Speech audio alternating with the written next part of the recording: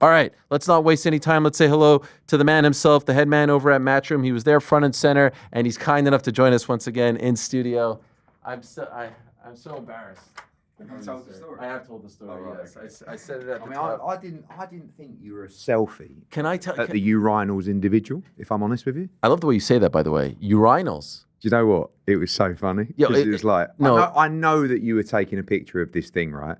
But I've come around the corner and you're like standing there. Yes. You're like, it's awful. Ariel, I want to die. No, I swear, I was just taking a picture. I was like, the thing is, the moment I did it, I was like, I shouldn't do this. Someone could walk in, like everything about it felt wrong. And of all the people to walk in, I'm just glad that your trousers were zipped up because otherwise people would have started talking. I'm not even a urinal guy, but I needed to go quickly before the show. Like I'm very. When you say you're not really a urinal guy, Yeah.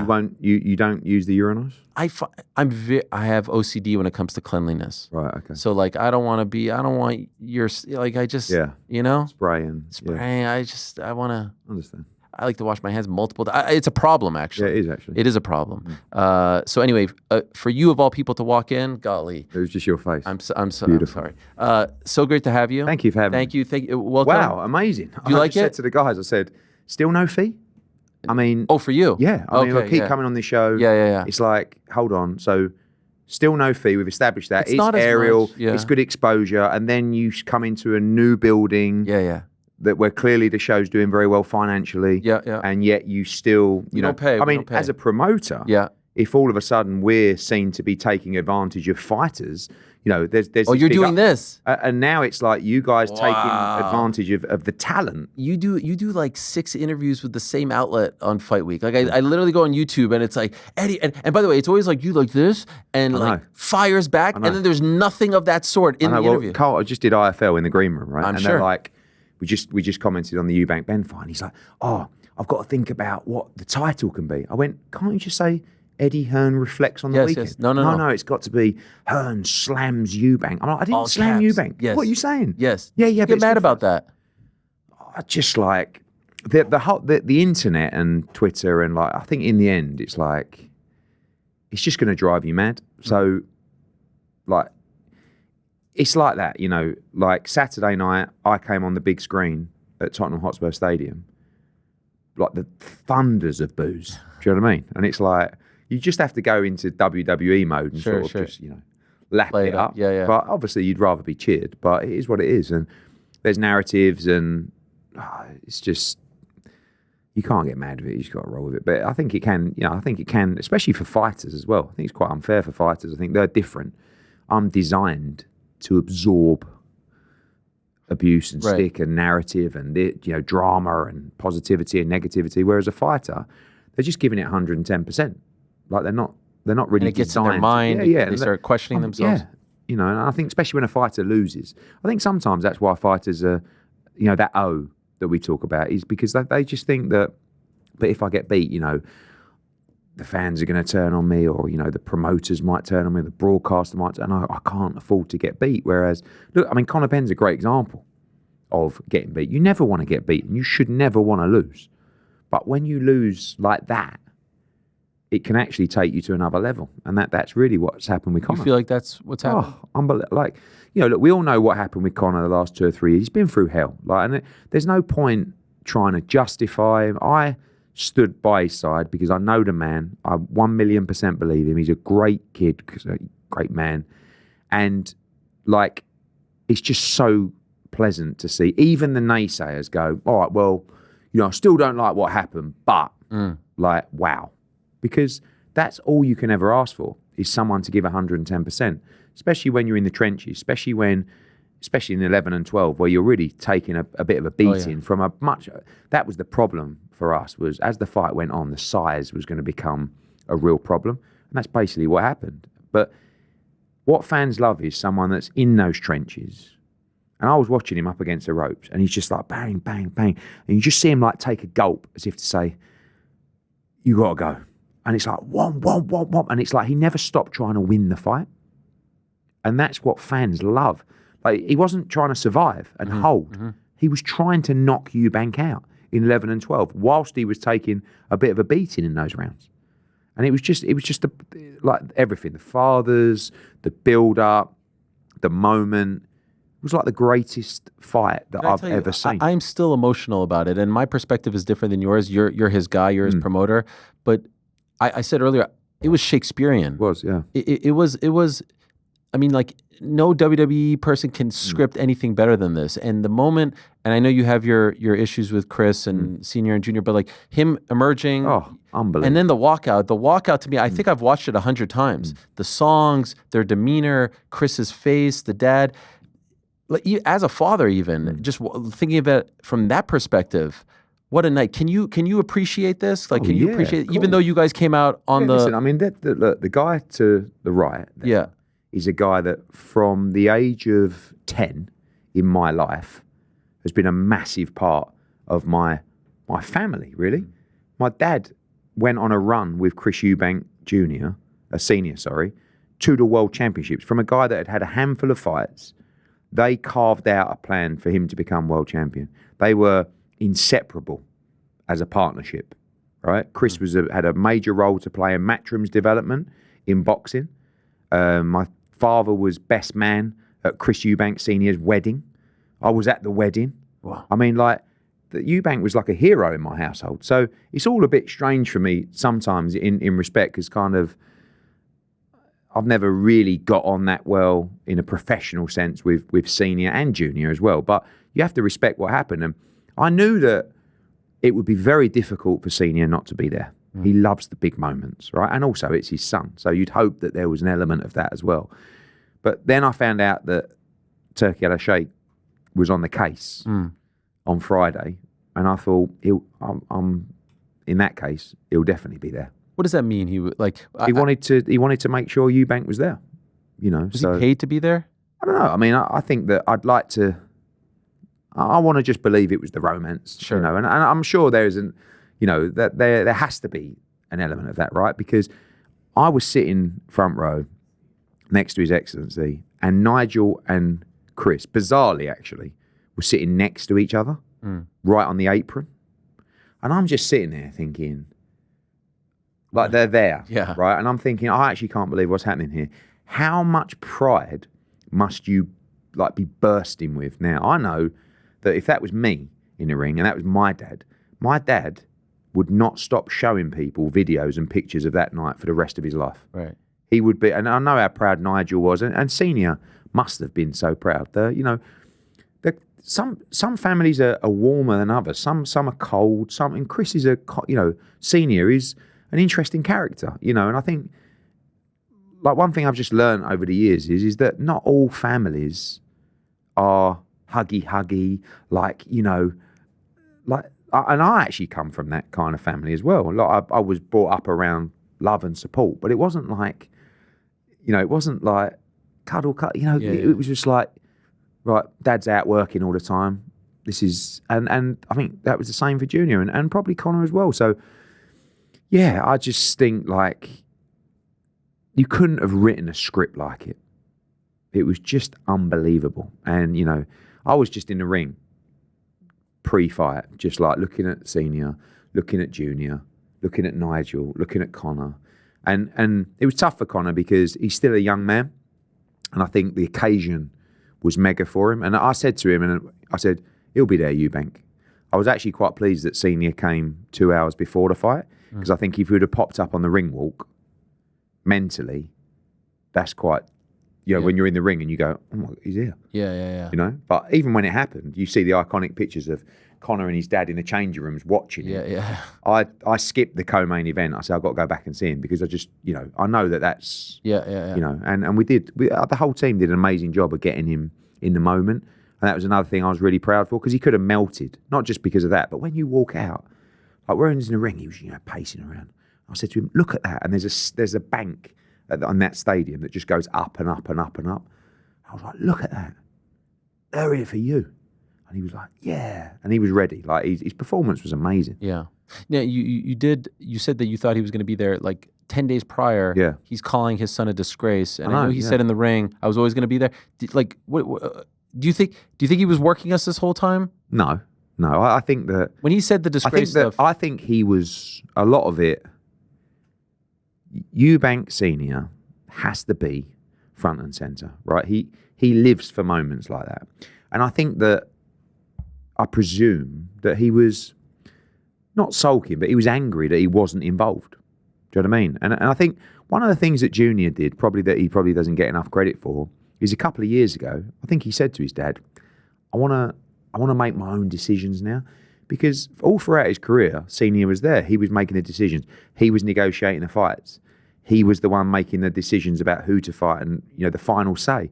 And I think Junior just come out of the shadows and went, Dad, I want to be making those decisions now. And I think that's probably why they fell out, because that wouldn't have gone down well with Senior. It's almost like, are you humiliated? Is it humiliated? No, I'm your father. I know this game, So I don't think the stuff that he said in the build-up was part of him turning up on the night at all. But I think it was just, I looked over at Turkey al-Sheikh, when the images came up of him getting out of the car, and I was sitting front row, and I was like, wow. And I looked over at Turkey, and he sort of looked at me as if to say, like, I did that. Yeah. You know what I mean? So, proud. Yeah.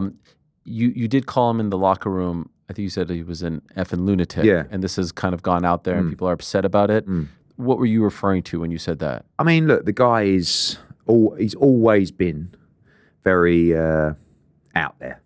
Do you know what I mean? And listen, I remember growing up, like, he morphed himself into this character when he was fighting. I mean, when he first teamed up with my dad, he was fighting in Atlantic City. He really, he was just a normal guy, and then kind of molded into this character that wasn't a character in front of the cameras. It became this new character, where he would go with my dad down Bond Street and he would buy like a monocle and jodhpurs and boots and a cane from Asprey's, which is the Queen's Jewellers, for, I don't know, 6 figures, and start sort of wafting it around. I mean, we were like, so that expression that I use, it was kind of a reflection of what he's always been. Obviously, I know that he's had his problems. And to be honest with you, I was in a changing room at the end of the fight trying to big up Conor Benn. I wasn't really thinking about my language at the time, if I'm honest, but we live in a world where everything's filmed, and we actually put that out, Matchroom. I was like, thanks, guys.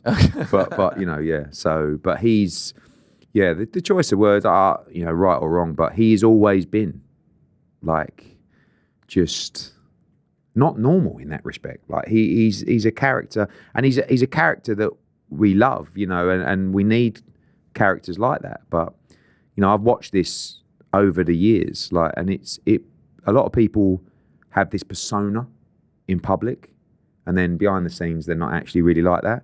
He just became like that, Yeah. So first time I ever met him, he was reciting Rudyard Kipling's "If" to me, but that by memory. That wasn't when he didn't walk into my dad's office. Yeah. For their first meeting and go, "Good morning, brother. How are you?" Like with a cane and all this kind of stuff. He was just like a young fighter. But it was amazing what they carved out together. And the whole thing, I mean, he bought this massive truck, and he would just drive it down Brighton seafront at like 5 miles an hour, just going on the thing. He bought, I remember my dad was telling me a story. He bought this certificate, I don't know, it was like $250,000 or something like that, saying that he was officially the Lord of Brighton. And he phoned my dad up and he went, "Bazza, you're not going to believe it. I'm now the Lord of Brighton." He's like, "What are you talking about?" He goes, "Look." He said, "What's that?" He said, "I bought it." He said, "Oh." But he was a one-off, and he's a bit of a national treasure, Like I say, I haven't always seen eye to eye. My dad would never say a bad word of him. They don't really talk that much anymore, but they went on a journey that you can never, take away. And Matchroom. And I give the props both ways. Eubank played a big role for Matchroom as well, but we've done a brilliant job with Eubank, and it's one of my dad's biggest achievements. Really, is the way they positioned him. They made him a pay-per-view fighter. Huge deals with ITV. They signed him to Sky after, and he went on this world tour, which I always joked to my dad, which sort of consisted of Cardiff, Glasgow, and London, and I think there was South Africa in there as well. But Eubank. My dad said that Eubank had a couple of rules. Number 1, no opponents under 25. And 2, no southpaws. And they were very careful. I mean, my dad included. If you look at Eubank's record, like my dad just wanted to just get him easy wins. And so that's what Eubank only ever wanted. they never really, you look at the fighters that were around at that time, James Toney, Michael Nunn, like, even Roy Jones, like those kind of guys. They never, they were like, swerve them, we're doing our own thing. And commercially, they built an incredible brand with Eubank. And, he was a great character. Did you see that footage that emerged on Sunday of 13-year-old junior? Yeah, amazing, yeah. Incredible, right? Yeah. And, I think one thing they deserve so much credit for is they both grew up in a privileged or wealthy household, right? And the perception in boxing is always like, you can't come from that background, right, and be tough. You can't come from that, and although I don't always get on with Eubank, one thing that he is, and I said it in the build-up, he's incredibly tough. And his dad was unbelievably tough. Like they both, juniors might, and his dad's chin went a little bit towards the end, but they both have unbelievable chins, and they both got unbelievable heart. And I think, look, I'm the same in the way of my dad. I grew up around money. My dad was successful himself. He made it out of nowhere. And I think that I've always said that if you have a passion in your heart and you want something so bad, that's much more dangerous than where you come from. And those two are a great example of that, because you see that video of Eubank, you can see it there. Like, it's the hunger to step out of your father's shadow. Do you know what I mean? And even that young Chris Eubank Jr. is almost like, Dad, I want what you did it. Why can't I do it? Right. I want to be like you. Everybody wants to be like their father. Conor Benn trains harder than any fighter I've ever met. Ever. And a guy grew up in a mansion. Right. All right. Junior wanted it bad, and he grew up in that kind of environment. Don't underestimate the one with fire in their heart. And that's why what you witnessed on Saturday is quite amazing to see two kids from that background show so much grit in the trenches. And that's what was just exhilarating about that fight. That both, have you seen the clips of when they're talking to each other? Oh, yeah. I mean, it's like, brilliant. It's brilliant. Weak. Yeah. Weak. You think I'm weak? You're easy work. I mean, it's just like, they're just scrapping. And the thing is as well, it just shows you about the product. It wasn't two unified world champions fighting for undisputed. Because I feel like sometimes in those fights, it's almost like you've got too much to lose, And it's like a bit of a chess match, isn't it? Because it's like, there's a lot on the line. Those two were like, bing, bing, let's have it. And it actually shows you, although I do think they're two world-class fighters, the levels aren't the be-all and end-all.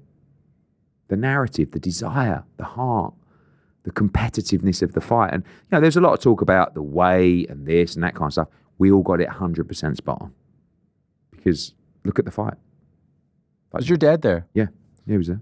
When you have these fights and it's sold out, Tottenham Hot, does he tell you that he's proud of you? Does he? I know you said it's not like the lovey-dovey type of thing, but obviously he's very proud of you. Like you made that. You pulled this off. We've done a lot. I mean, for me, like, I've always been taught two things: you work till you can't stand up anymore, and you win. And they're the only two things you need to worry about, right? So my upbringing, a lot of people don't get it, but that's just how I was built, right? So for me, the only way I could win was to do something beyond what he'd ever done. And now I've built a resume myself of those big fights and iconic moments that, I think he's the first to admit have way surpassed anything that he ever done. But I got a leg up. Do you know what I mean? I'm Barry Hearn's son. So I should be doing much better than him. Because if I just did what he did, that's not winning, really. Like he did the greatest thing, the thing that I'm probably most envious of, which was make it from nothing. I never got a chance to do that. So the hand that I was dealt was, well, you need to do something much more extraordinary than your father. And that's like, growing up around a successful father, it's not like, don't get me wrong, I had a great upbringing, but it's not, to come out of that shadow, it's very difficult, especially when you're talking about Eubank Sr. and Benn Sr. Like, yeah, my dad's a Hall of Fame promoter, but he's only a promoter, with all due respect, if you're watching. You know what I mean? Those guys went in there in fights, and I feel like those two, that was the night where they emerged out of their father's footsteps.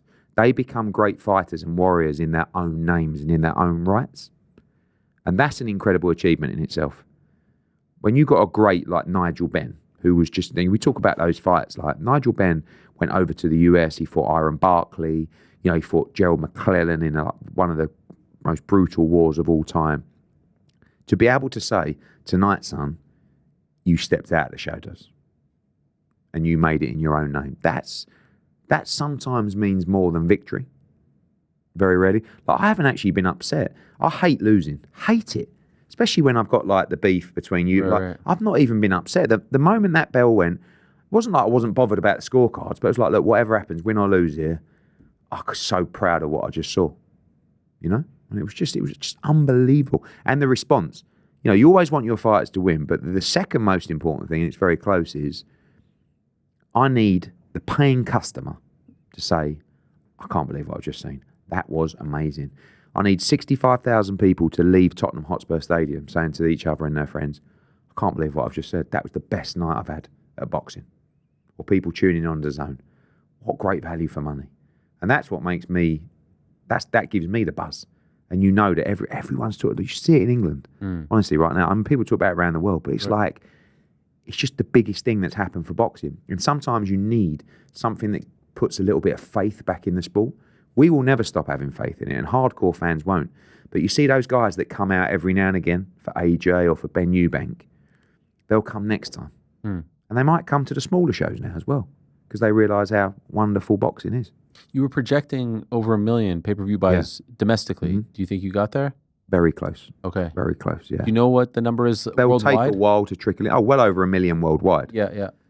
But, DAZN did extremely well. Sky Sports, obviously a great platform as well. The Rematch is on another level. Okay, so is that the plan? Yeah, we all signed a 2-fight deal. Right, but I did see you say I don't want him to go through this because again. in the moment when you're in a press conference, His Excellency pulled me up on those comments, at the press. I just said, look, I don't want Conor Benn to have too many fights like that. I need to look at my fighter. He's still in his late 20s. He's a 147-pound fighter. Like, he could probably box at 54 if he needed to, but he's up at 160. Like, he went in the ring at 165. The other guy's nearly 180 in the ring. It's like, and you saw in the final 2 rounds particularly, he's got a mountain to climb in that, but at the same time, he's like, I think Conor Benn said something like to me, if you think that fight was a war, wait till you see the rematch. And I was like, he said, like, he'd been out for 14 months. Right. The confidence that he had from the occasion, everything. He's a young man. He's ready to go. I don't know whether Eubank will take the rematch. I mean, does he? So how does it work? Like, contracted to. He's contracted. Yeah. What if he doesn't want it? He may retire. So his next fight has to be against Conor? Yeah, or signed to. Yeah. Wow. That was the whole essence. Unless everyone agrees together. Yeah, but you guys want it. Yeah, again, as much as everybody loves to see fights like that, you do have to worry about your fighter keep going through fights like that. And I know that the next fight, Conor will be much better prepared for the next fight, but it's still going to be a war. It's still going to take miles off the clock. And like the aim for Conor Benn is to win world championships. But you can't, one, we've signed for the rematch anyway, but two, the pressure of doing that rematch, like the British public are just like, you have to give us number 2. You have to. Okay, that's and we've signed for it. Yeah, yeah. So is it the same deal as like, is it 160? Yeah. The 170-pound rehydration, exact same. Tottenham Hotspur? I believe His Excellency in the ring after the fight on Saturday said, end of September, Tottenham Hotspur Stadium. That's where we want to do it. So obviously, look, Eubank only came out of hospital yesterday. Right. Do you know the injuries he's sustained? No, it was just, we were told that he'd broken his jaw. Yeah. Apparently, it's not broken. His face looked, his cheek looked in a, but also just exhaustion. And I sent Conor Benn down there, or the team, I said, just run him down there. Just go, there's you really need to, it's very easy for every fighter goes, no, I'm all right. And that could be one of the biggest mistakes that's ever made. So you've just had a 12-round brutal fight, go to the hospital, get scanned over, and leave and go to sleep. That's what Conor did. They were 3 beds down from each other. Wow. In the hospital. Did they see each other? Yeah, believe so, yeah. Any interaction? I think so. Okay. No. I don't think it's ever going to be. You don't think he'll be one Junior's of those? Junior's not really one for the interactions, Right. And but I hope they respect each other now, because I think Junior said after the fight, I didn't expect a fight like that. Right. And is Conor okay? Yeah, he's fine. He had a quick scan. He was training. He went back to the gym on Monday. I mean, it's just mad. Crazy. Mad, I know. But Conor's just like, he's so emotional. He's like, I want, and he's already saying, he's coming this week on Wednesday. Like, His Excellency's flying him out. I mean, he's coming to the fight. Yeah, media everywhere. I mean, it was a big deal. And he's just like, I'm ready. This rematch, I'm going to be better. I'm going to be, he's just charged up all the time. And yeah, he's a great character. Do you get the sense now that the British public is behind him? Because there was a shift. There was. Yeah, it was. I mean, they both got. They said, "Who do you think is going to get booed on Saturday?" And I said, "Both of them." Yeah. That's weirdly what we do as Brits. Yeah. I mean, you'd think one would get booed, one would get cheered, but they both got booed. Like it was. But there is always going to be people that live that kind of life that just want to, fuel you with negativity. Conor emerged as a hero on Saturday night, and that's one of the things that I was so proud of as well, because you can't not respect it. Like, even his harshest critics went, wow, fair play, that was unbelievable. And it's difficult for a young fighter, the social media, reading all that response, and that's what, it nearly broke him. I mean, he talked about that, and you really have to come off those platforms. Because if you were a fighter, if a fighter asked you, you would say don't use it at all, don't use it, but you can post, and you can. But everybody has downtime, right? And a lot of young people these days, particularly fighters, will use that downtime to scroll, to read responses. Right. I mean, if you go to any YouTube video and read the responses, it's like these are the dregs of the dregs. They're people that don't have the ambition, the backbone. And this is like, people say, oh, you shouldn't talk about people like that. No, I will talk about people like that, because it's a cesspit of society. Like, you got people that are chasing their dreams. You got people that are working as hard as they can every single day, and you want to knock those people. Like, I know that everybody, it's a platform that wants to give people opinion. I get that. You can say, I think Eubank won. You can say, I don't like you, but it baffles me. And you read those comments and you just think, you got no chance, and I don't think that when you have a dream and when you have a passion, why would you let someone try and douse your fire? Like, who you would never, I mean, I heard something the other day on social media, or something like, why would you ever listen to criticism from someone you would never seek advice from? Like, you are letting someone affect your energy and your passion and your dreams of where you want to go. It's not worth it. And I think every young fighter should learn about that. We got a young heavyweight we just signed called Leo Tang. Yeah.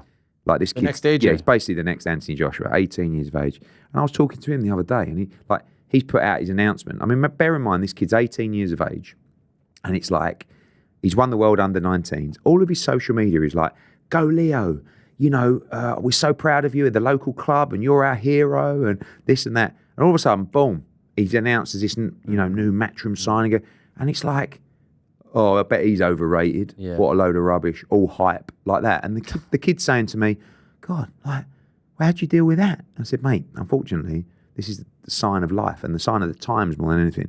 Anyone that's successful, anyone that's making their moves, the ones that don't have that energy, the ones that don't have the fire in their heart, will always try and bring you down. So if it affects you, come off it. Right? You can post, you can interact, but it can't not affect you. That's how I did the same. I ran my own social media accounts for years and years and years. And you just get to a point where after a show, I go back to my hotel, right? And I watch a lot of the fights back, which is quite sick in itself. But I just love to. And there would be a stage where I would just be scrolling through Twitter. Now, that's my life. That's my product. All my energy goes into those shows. So why do I want to read some geezer telling me it was shit, or some guy telling me you're this, you're that? Hey there, sorry to interrupt. Just want to remind you, if you haven't already, please do hit that subscribe button. We would appreciate it very much. And while you're at it, give us a thumbs up too. We've got live shows, interviews, clips, and a whole lot more. going on this here channel. All right, now back to the show. You know, you don't need that negativity. So are you off it now? I'm on Instagram. The guys run my Twitter account and stuff like that. This is big because we've talked about this. Yeah, but I thought I just got to a point where I'm like, I don't need that energy. It's too much, yeah. It's intoxicating. Yeah, and it's not like, when people say it doesn't affect me, I disagree. Like, at some level, it can affect you. And if you're about performance, if you're about being 100% for what you do, the job that you have, and the ambition that you have in life, why on earth would you let someone that has absolutely no involvement in that at all just switch your energy up? It's like, and since I came off Twitter, my energy's been completely different. Wow. You don't even go on at all? No, sometimes people send me stuff. Have you seen this on Twitter? Scroll no, but I'll say to Scott, I'll tell him, you know, right, I want you to post this, and they do it. But and the time, the extra time that it's given me, because like you look at your screen time and it might be like, I don't know, an hour, 2 minutes of Twitter in the day. I'm thinking, so now I've got an hour and 2 minutes back of my life where I might be able to do, I don't know, go to the gym, see the kids, play with the kids, or whatever, like, or work harder. Right. Do you know what I mean? So yeah, I think people really need to have a think about the social media time and consumption, especially athletes and fighters. You don't need that. It's tough. You know, when Conor, you know, failed those tests, he was on social media. Yeah. And honestly, like I said to him, mate, off now. Delete them from you. Because when you don't see it and you're not fed that negativity, it's completely different. You live a completely different life. And that negative energy that creeps into your life, it's actually so derailing for where you need to be. Same with you. Like, I know you're active on there, and you get a lot of stick sometimes as well. Yeah. Like, some people have got bigger resilience barriers. I'd like to think mine is massive, but it doesn't. I still get. Don't get me wrong. When someone, you know, I went on my Instagram after the Eubank fight, bundles of abuse. This, I hope your family dies. I hope this sort of stuff, and you're just like, whoa, like, I don't need that. Don't read. Like, don't let it consume you, and don't let it infiltrate you. That's the key, because it has to, in some respect, you know. So that was I appreciate that. Kind of like, yeah, but because I feel like you're talking to your fighters as well, but also but to anybody, to anybody watching this. Why? If you work hard and you have a dream and a passion for something, why on earth would you let someone try and derail your mindset? Just the key to life is energy. Right? You know, when you're around someone that has great energy, how that makes you feel. It's like if I'm around AJ or Canelo, I'm like, I come out of that room, I'm like, I'm buzzing. Because you know why? Because they're winners.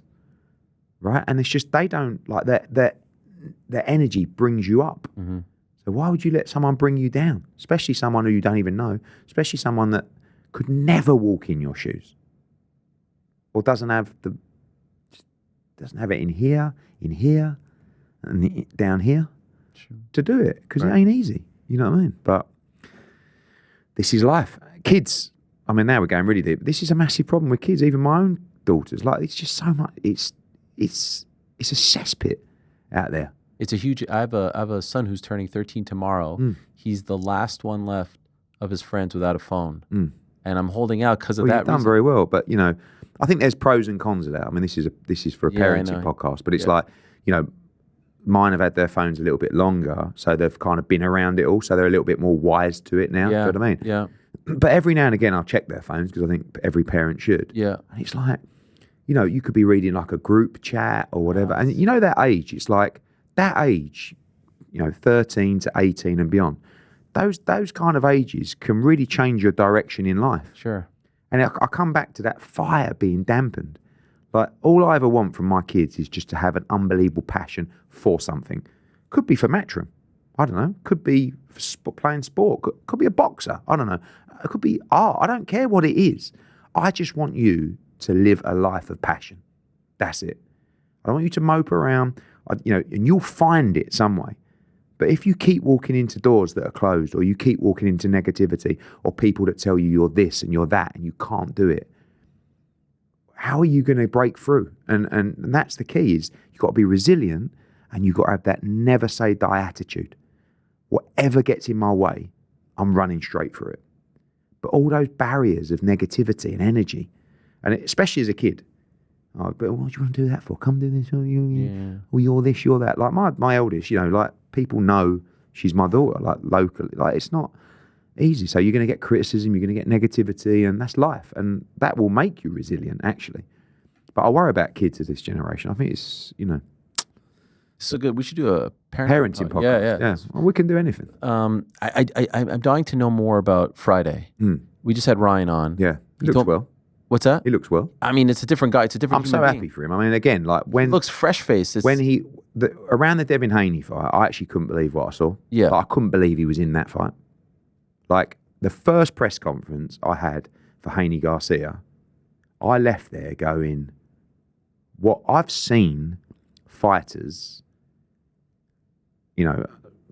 lose their mind. Yeah. Right? Through, again, probably a little bit of social media. Yeah, yeah. Might be nights out, could be other substances, whatever it is. I've seen the signs, and I can see them quite early. I saw it with him at that press conference, and I was like, he ain't right. He's in it. And it got worse and worse. That build-up was wild. Yeah. Like him on social. Yeah. And, he made his mistakes. He paid the price. But there's something really heartwarming about seeing someone like Ryan Garcia, who is just such a asset to the sport of boxing and such a fresh-faced athlete, and to see him back in that state after what he went through, I think he should be unbelievably respected, because he was done. I mean, I was actually looking at him thinking, I don't think you'll ever fight again. I actually thought something terrible was going to happen to you. Yeah, yeah. Because, and I thought someone was going to try to kill him. Or saying a lot of things. Take his own life. I mean, like in that stage, anything can happen. Right. And I think he should really be applauded for how he's come back. He's a great fighter, but he's a great asset to the sport. But most importantly, the Ryan Garcia that I used to know was like this young, happy, fresh-faced kid. And it's the same thing. It's the pressures. I think he's a kid that was sitting on Twitter all day, right, reading this, that. Have you seen this? This is happening here. This is happening here. You're this, you're that. And it's just, next thing, it's, it leads one thing after the other. But really good to see him back. And Times Square this Friday. How's this going to actually go down? I mean, this is a Ring Magazine event with Turkey Al Sheikh and Matchroom. You guys are Matchroom. Yeah, we're promoting it. We're running the logistics, which is, shout out to Frank Smith, Helen Moxon, Sean, all the team doing them. This is just probably one of the biggest jobs we've ever been involved with. Mm-hmm. But this is the vision of His Excellency, Turkey Al Sheikh, and which is just quite incredible. Which is like, I mean, don't forget, this is a fight that could have done a $10 million gate. Yeah. A show. Yeah. Got Teofimo Lopez against Barboza, Devin Haney against Ramirez, and Ryan Garcia against Rowley. And what they said was, no, we want to create something iconic. We want to create something visually that has never been done before. And I said to him, as I say with most things that he does, you're crazy. And when it comes around, I go, that was brilliant. That was genius. Talking about one in July 12. The next one, I mean, there's been a lot of talk about Alcatraz and stuff like that. Like, we had the conversation the other day. Boxing right now. Yep. I mean, MMA, and I know. Tell us. It's a poor relative. And it's never really been that way. UFC, running the and listen, I'll never criticise UFC. I think it's an unbelievable brand, but it's not their fault, really, what's happening. I'm sure people will feel like they could have done some things different. It's all cyclical, and obviously with Turkey Al Sheikh's investment, Saudi Arabia's investment in boxing, you're seeing bigger fights, bigger nights, but also more thinking outside the box. And that comes really with spending money. I mean, you look at these promos, you look at the closing of Times Square. This weekend on DAZN, you've got Friday night in Times Square with Ryan Garcia, Devin Haney and Teofimo Lopez. 24 hours later, you've got Canelo Alvarez's debut in Saudi Arabia for the Undisputed Championship. That's within 24 hours. You've just coming off the back of 65,000 people at Spurs. July 12th, wherever that's going to be. Like, boxing's on fire right now. On fire. It's controlling all the narrative digitally across social media on a far different level to MMA and UFC right now. And I'm just, I'm delighted to be a part of it. I think part of the problem is the UFC got so big that, like I referred to it last week, it's become McDonald's. So it's all very rinse repeat. They're all wearing the same thing. Every event looks the same. Do you think it's lost some of that magic, some of that soul? Like, look at this weekend. Friday will not look like this past Saturday, and this past Saturday won't look like Saturday night in Riyadh. It all looks different, big. There's a spectacle involved. There's pageantry. I miss that. It's interesting when you meet with these brand guys. Like we've got meetings at the moment about kind of like the revamp of Matchroom boxing. Okay. Where you always got to keep evolving. Yeah. The logo, the look of the press conferences, the ring walks, all this kind of stuff.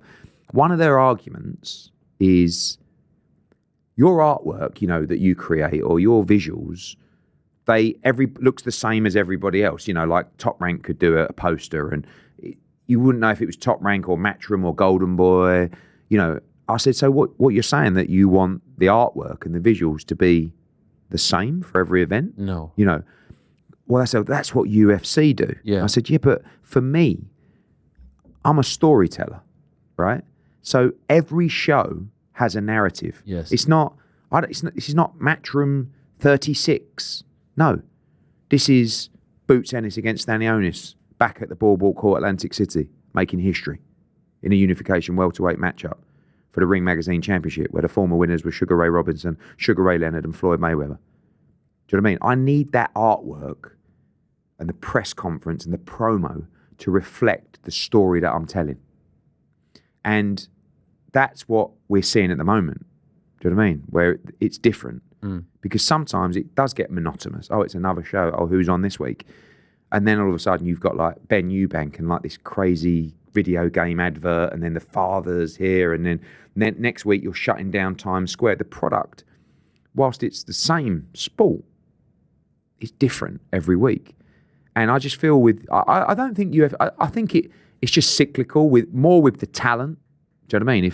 I don't think if they all of a sudden had these massive fights happening and Conor was fighting and all this kind of stuff, we'd be talking about it's a bit samey and they're all wearing the same stuff. I don't, but you can. I was going to talk about a saying there, but it doesn't. There's a saying, and this is not reflective of the UFC at all, but sometimes it can be reflective of products in general. Polishing a turd. Yeah, right? This is what we say in the UK, right? Which means that you take something and you just give it a polish. Turd's probably not the right reflection for the UFC because it's a brilliant product, but you got to revamp it a little bit. You got to remodel it, and sometimes you do that if the talent wasn't quite there. You need a different look and a fresher look. Like if they had, I don't know, Conor McGregor fighting, if Khabib was still around, I'm a bit of a casual. Forgive me, but if Aspinall was fighting John Jones, we wouldn't be sitting here saying. It's just a bit tired, isn't it? It's really down to the actual product, which is the fights. And I just feel like they haven't got... Like, if you said to me now, name me 6 UFC superstars, I couldn't do it. I could give you the ones that seem to keep losing quite a bit and then just come back. Do you know what I mean? But, but again, was that just a period with Khabib and Conor and like those kind of As you said last week, it is cyclical, but... Look at how people reacted to the walkout on Saturday. They refuse to do that. They actually tell the fighters, you're not allowed to do that. Yeah. Do you know what I mean? And so to me, what drew me to the fight game was Tyson wearing all black with the towel and the boots. And what drew me to UFC was Chuck Liddell had shorts with, icicles on it, and Tito Ortiz had fire. Like, I like the characters. I like pro wrestling. And so when it feels like that, when it feels larger than life, I'm drawn to it. Even if it may not be undisputed title fight, but when it all feels the same and when the brand becomes bigger than the fighters and the fights, I feel like there's a problem. Yeah, I agree. I mean, for me, in boxing, yes, Matchroom boxing is a brand and Top Rank is a brand, but the brand is the fighters and they have their own individual brands. Right. And you want that to resonate with the fan base so that they understand that, and I always say to a fighter when we got to build their profile, I don't want you to be... fake. Like, be yourself, and it's up to us as the promoter to build you as a brand, because that's how the fan base tunes in. Yeah, I know Conor Benn, he's the destroyer. Eubank's the guy that walks around with his dad. AJ's the clean cut guy. Tyson Fury is just this character that's out. Like, they're the characters, and like you say, it's like WWE without the script. Boxing sometimes. And I feel like UFC. The problem is with UFC is I always feel like they always want the brand to be bigger, their brand to be bigger than that of the fighter. And when a star like Conor McGregor comes around, everything changes. And I don't think they really like that. You know, and I think Dana coming into boxing is going to be brilliant for boxing. But I do think that... Do you really, though? Do you really? Yes, I do, because it's going to be great profile. And also, why is I he felt there? like on that day you handled it so well. The next day, I think you announced the Johnny Fisher fight, right? Yeah. And you were hit with all these questions. But internally, like, they're coming in and saying, you guys are shit. Your thing is dead. but- You handled it. I thought you handled it brilliantly. If you back yourself, right? You know, and you know, this is just me because call me deluded or whatever, but those guys, in my opinion, won't be able to lace my boots in boxing promotion. Now, as a business, as an organisation, as UFC, unbelievable. But this is different. When you go to sleep as a boxing promoter, when you wake up in the morning, nothing is ever the same. You have to sleep with one eye open every single night. But won't he say the same? I just did that in MMA and I'll do it here. Because you can't, this is different. Like, you have to, if you think you're going to control this world, which is what they really that have done in MMA, and I think that's a similar model they'll try and bring into boxing. Pro wrestling too, they've done, right? I don't think it's possible. But prove us right. Like, but if Turkey's involved, that's okay. But Turkey's involved with us. Turkey's involved with other stuff. But it doesn't matter who's involved. You've still got to come up and beat the system, the opposition. If you think that people like me, people like Oscar De La Hoya, people like Bob Arum, people like Frank Warren are going to roll over and go, oh, well, it's been a great run, hasn't it? TKO's here now. So, no, it ain't going to go down like that. So it's going to be interesting how it's all positioned. I think what they're trying to do could be actually a good idea. I don't really think it will infiltrate the boxing world just yet. I think they're going to come in, create this league, like young prospects, some guys that are ready for 50-50s. Are you starting to hear them reach out to people? Yeah, and guys that, I mean, we had a situation the other day. We had a fight that was fourth on the card, and it was a B-side fighter.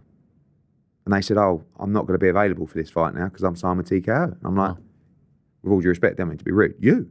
But, no, but that kind of shows me what they're trying to, I don't think Dana wants to go in and deal with these guys that he'll perceive and probably are overpriced to the business model. Right. I think he'll want to go in and do the business right. Can he do both though? Can he be the president of UFC and the president of this promotion? Yes. I don't like the word league. I think it's more of a promotion, to be honest. But yeah. Can you do both? Yeah, but it's just, you know, maybe MMA and UFC is at a point where that needs 100% of focus. So if you start diverting, what's going to happen there? I mean, you know, before you know it, if you start losing attention and focus there and swivel into boxing, someone might come over here, right, and switch things up. Do you know what I mean? So I don't know. Look, Dana's a great guy. He's very intelligent. The business is an incredible business. They're not going to come in and fail, in my opinion. But it's just the size of what they do and achieve that's going to be very interesting. And you know, I'll be honest, I don't really fear it. I don't. What about the Ali Act stuff? Yeah, I mean, there's who knows the truth of what's happening. You know, the Ali Act is designed to defend the fighter and protect the fighter. So if there are going to be variations of that and a kind of strategy to remove it or alter it, for me, that's something where a fighter would be going, hang on, the Ali Act's there to protect me. What do you want to change it for? What do you want to move it for? You know, I don't know. I don't really know the truth of what's happening in that respect. Do you think they might be the reason for the Shakur eventual split? He spoke today. I saw an interview where he said, after this fight, I'm a free man. Correct, yeah. So it seems like we're leading towards a split between you and him. Maybe. Is he the type of fighter do you think they want? No. Why not? Because I think he's very expensive, and rightfully so. He's a 3-division world champion. He's 27 years of age. But for me, listen, I don't know is the reality, but I just feel like these guys have a certain way of running their business. And like, how can you have a situation where you've got two businesses, the UFC and boxing. And one guy who creates the same revenue as, I don't know, call it Shakur Stevenson, is making $1 million, and Shakur might be making 5. I don't think that's going to go down well, if I'm honest with you. And, you know, they'll, as I understand it, Dana will and TKO will be promoting Canelo Crawford, even though that'll be a Riyadh season event. That'll be like, they'll be, and that'll be a great start for them. But I think it's going to be interesting. You know, again, like the similarities between the two businesses, I don't think they're going to want to go too deep on those fighter purses, if I'm honest. I mean, look, if they're promoting Canelo Crawford, you know that the combined value of those purses is, I don't know, call it anywhere between 120 and 150 million dollars. But are they paying? Because, you know, Mark Shapiro, when he had that investor call, said, we're not going to pay. No, they won't be. That'll be Riyadh season right. event. Yeah, but still, what I'm saying is, if you're fronting that up and you're the promotion, and that fight does $1.5 million buys or whatever it does that mean when a UFC fight does $1.5 million buys, they're also going to make 100 million? No, I don't think so. What about AJ Fury? Will they be involved in that? In what? Well, because now, it's going to go to Netflix. No, AJ's exclusive to DAZN. Okay, so there's no chance. No, and he's, you know, we know he has a career-long contract with us, and no, there's no conversations around TKO for that fight. Okay, but it's a fight that, you know, we're just leaning on or waiting for Tyson Fury. So he said he's back with Sugar Hill. I did see that, yeah. So what does that mean? I don't know. I mean, it was also, he did it on the same day that it was announced that Usyk's fighting Dubois. So, right. But this just comes down to Tyson Fury probably reaching out to AJ. I think when you got two guys of that level, I think sometimes it's just a little DM saying, "Do you fancy it?" But at some point, you want to move on with his career, right? You don't want AJ to wait. So when's that deadline? So AJ's had a little injury that he's been dealing with. So we're not kind of like rushing back to the ring. He'll fight this year, but at the same time, AJ's got somewhere between 1 and 3 fights left. Like, who are you really going to fight? Like, he could fight if Dubois beats Usyk, he could fight Dubois for the undisputed. That'd be great. But what about Parker? Yeah, maybe. But like, Parker got screwed, by the way. I just want. He should be fighting. I agree. Usyk. I agree. I mean, what happened there? All of a sudden, Dubois doesn't turn up and he gets the title shot. Yeah, I mean, well, Dubois is a champion already, but he's now fighting Usyk for undisputed. I think Joe Parker deserves a world title shot more than anyone. AJ quite likes that fight, but I can't look at it and go, well, we beat Joe Parker once. I know that was a few years ago. He's not a world champion. It's a pretty tough fight. Money's all right, but what's Fury going to do? Right. Do you know what I mean? And it's not like doesn't mean we sit there for 2 years and just go, come on, Tyson. But for me, I think sooner or later, Fury's going to go. I think Fury's the kind of guy that would have watched Saturday and gone, oh, let's do it. I mean, that fight, as big as Eubank Benn is, Fury AJ is just, you know, and I just hope, I believe that Tyson will want to give the fans that fight. And, you know, we wait in anticipation, but it's over to him. We can't do anything about it. Can I ask, and we'll let you go in a moment, you were up there at the press conference on Thursday before the fight, on Saturday. And I believe it was the COO of the ring, a gentleman named Rick Reno. And I'm seeing like now every time like the outfits are getting more and more outlandish. And it felt like he was talking about you up there. I know you did a scrum afterwards and you were, but like, what's going on? I don't know. I mean, look, what's happening here? I think that you have to look at like, why is it so confrontational? I think His Excellency loves like drama and like characters and I think, you know, so I saw Rick in the head-to-head yesterday, and I was like, "What's going?" But I think that probably comes from His Excellency, to be honest with you, saying we've created this little character now. Like I had loads of people going, "Who on earth is that guy in the middle?" And it's like, but I think I took it very differently to how some older promoters would have taken it. Like before that presser, Rick came over to me. He's like, "Look, I'm gonna say a little bit of shit about you and Shalom, you know, like." And I just presumed it would be like, I don't know, where we don't, you know, or it's a rivalry and all that kind of stuff.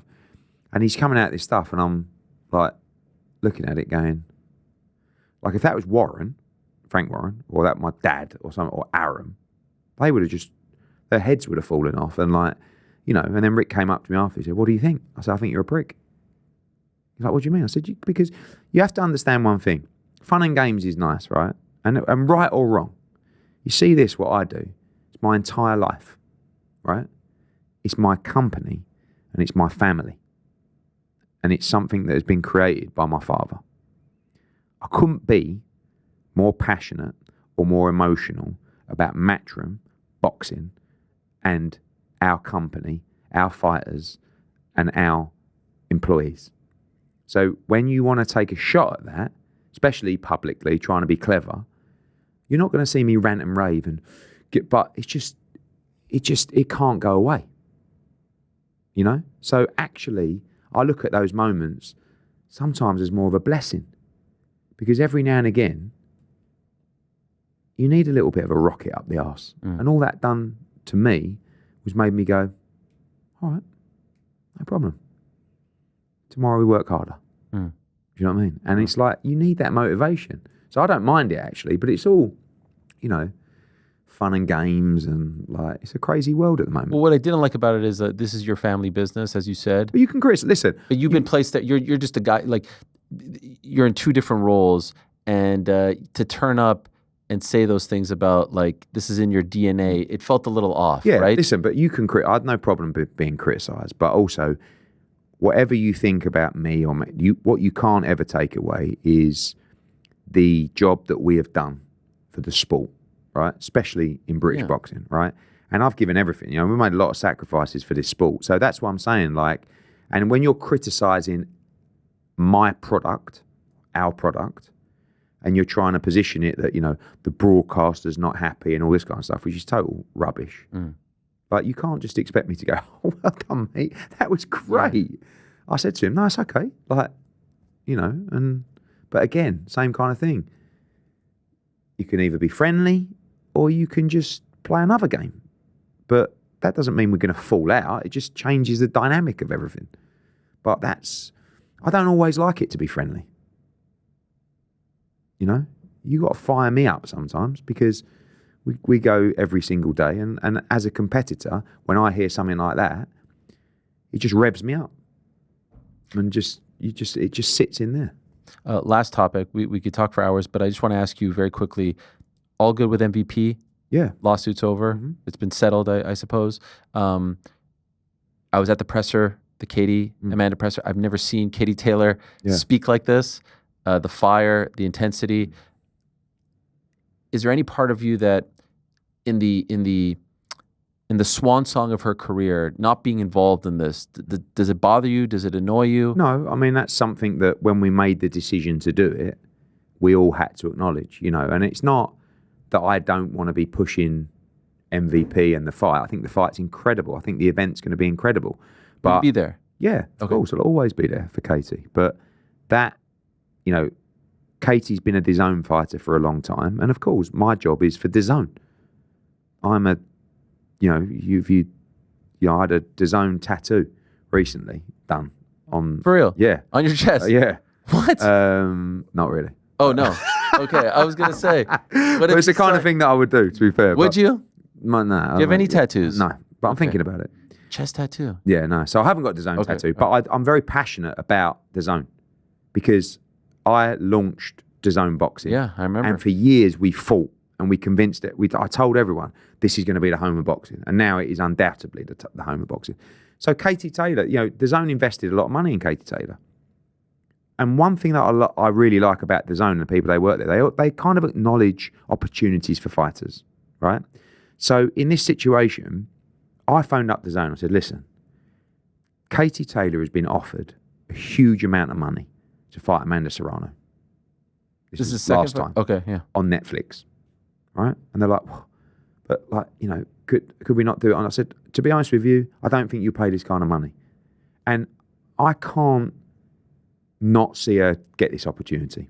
So I'm asking you, we really need her to move forward with this. And they said, in response, which I think is very fair, no problem, but I don't want you pushing, you know, the show on Netflix and tweeting about it all the time. Like, you need to be pushing our stuff. I said, that's 100% agreed. So I made the decision, and I don't think Jake and Nikisa want me up there anyway. So it kind of suited us well that we would give Katie the opportunity. She wins the fight. Now, they offer her much more money than the last fight. Again, like breathtaking money. And I'm like, there is no way I would not, like, you know, and they're same again, same model, right? We're your promoter, we'll be there, but we won't be involved in the promotion of the show. She's not worried about that, really. As long as we're there and we're supporting her. Sometimes I feel like they're just trying to, you know, I sometimes watch the stuff and think I would quite like to be there actually to defend her right now, and like about, you know, the rounds and the minute rounds and all this kind of stuff. And it's like the narrative of the last fight was this unbelievable robbery where everybody in the world thought Amanda Serrano won, which is just not the case. It's just a fight that could have gone either way, you know. But it's a brilliant fight, two legends of the sport. She did an incredible job at that press conference. I loved it, yeah. How she defended herself. I went for dinner with her after the presser, and I was like, I loved it. Where's this come from? She's like, you know, but she's got, you know, again, like AJ, she's got anywhere between 1 and 3 fights left. Like, how do you feel about them going all in on women's boxing? They just signed Ellie Scottney and a bunch of others. It seems like that's I mean, it's a bold move. You know, this all-female show. I've got to say, like, and I said to Katie at dinner, I said, a couple of years ago, I went to Katie Taylor, probably about 3 or 4 years ago, and I said, I think International Women's Day, we could do an all-female card. And she was like a little bit lukewarm to it, because for me, it's like, it's not about that. It's actually about the women's fights sitting alongside the men's fights, but having priority because they're bigger commercially. That's a better sign of equality than just saying it's going to be all women. Do you know what I mean? Yeah. But I get it as well at the same time. It's a powerful movement and all that kind of stuff. But actually, I feel like when we did Taylor Serrano 1 at MSG, it sat above Liam Smith against Jesse Vargas, Amo Williams, like a load of our UK talent. There's some other female fights on the card as well, but it seemed to work very well. When you're selling a ticket for a all-female card, it's a different kind of audience than a normal fight. That's just fact. So I think it's a tougher sell, if I'm honest. I think women's boxing, again, is cyclical. I think the big fights in women's boxing are as valuable as ever. And I think the entry level for young talent coming through is also still, you know, firing. It's just the middle level stuff. Like where we've struggled a little bit, it's kind of like your 3rd, 4th defense of your world title in a fight that's just not grabbing the imagination. That's nothing to do with men and women. That's actually the same with the men. If you're in your 2nd or 3rd fight, defending your world title, and fighters like I saw Ellie at the weekend, I said, I'm so happy because I kind of had done everything I can with Ellie, and now you've got to kind of move to the next level of money, because it just goes that way, and she deserves it. And I think this is a brilliant opportunity for her, because I'm not sure what more we could have done. Again, like Ram, like all of those, they're all great fighters, and I think for women's boxing, what MVP are doing is incredible. Love it. I love it, Eddie. I love what's going on this weekend. By the way, it's not just Friday, Saturday. Also, Naoya Inoue fighting on Sunday as well. So what a weekend for the sport. We're getting a similar situation in July, although we don't know where that July 12th card will be just yet. Maybe in Central Park. Maybe. Watch this space. Watch this space. Thank you very much. Appreciate you very much. Good luck this weekend, and congrats on this past weekend. Really. Thanks for watching this video. Before you go, if you haven't already, hit that subscribe button for us. Also, give us a thumbs up, leave a nice comment. These things go a long way. And while you're here, do check out the rest of the channel. We've got live shows and full interviews, clips, and a whole lot more. We're doing big things here, and we appreciate your support very much.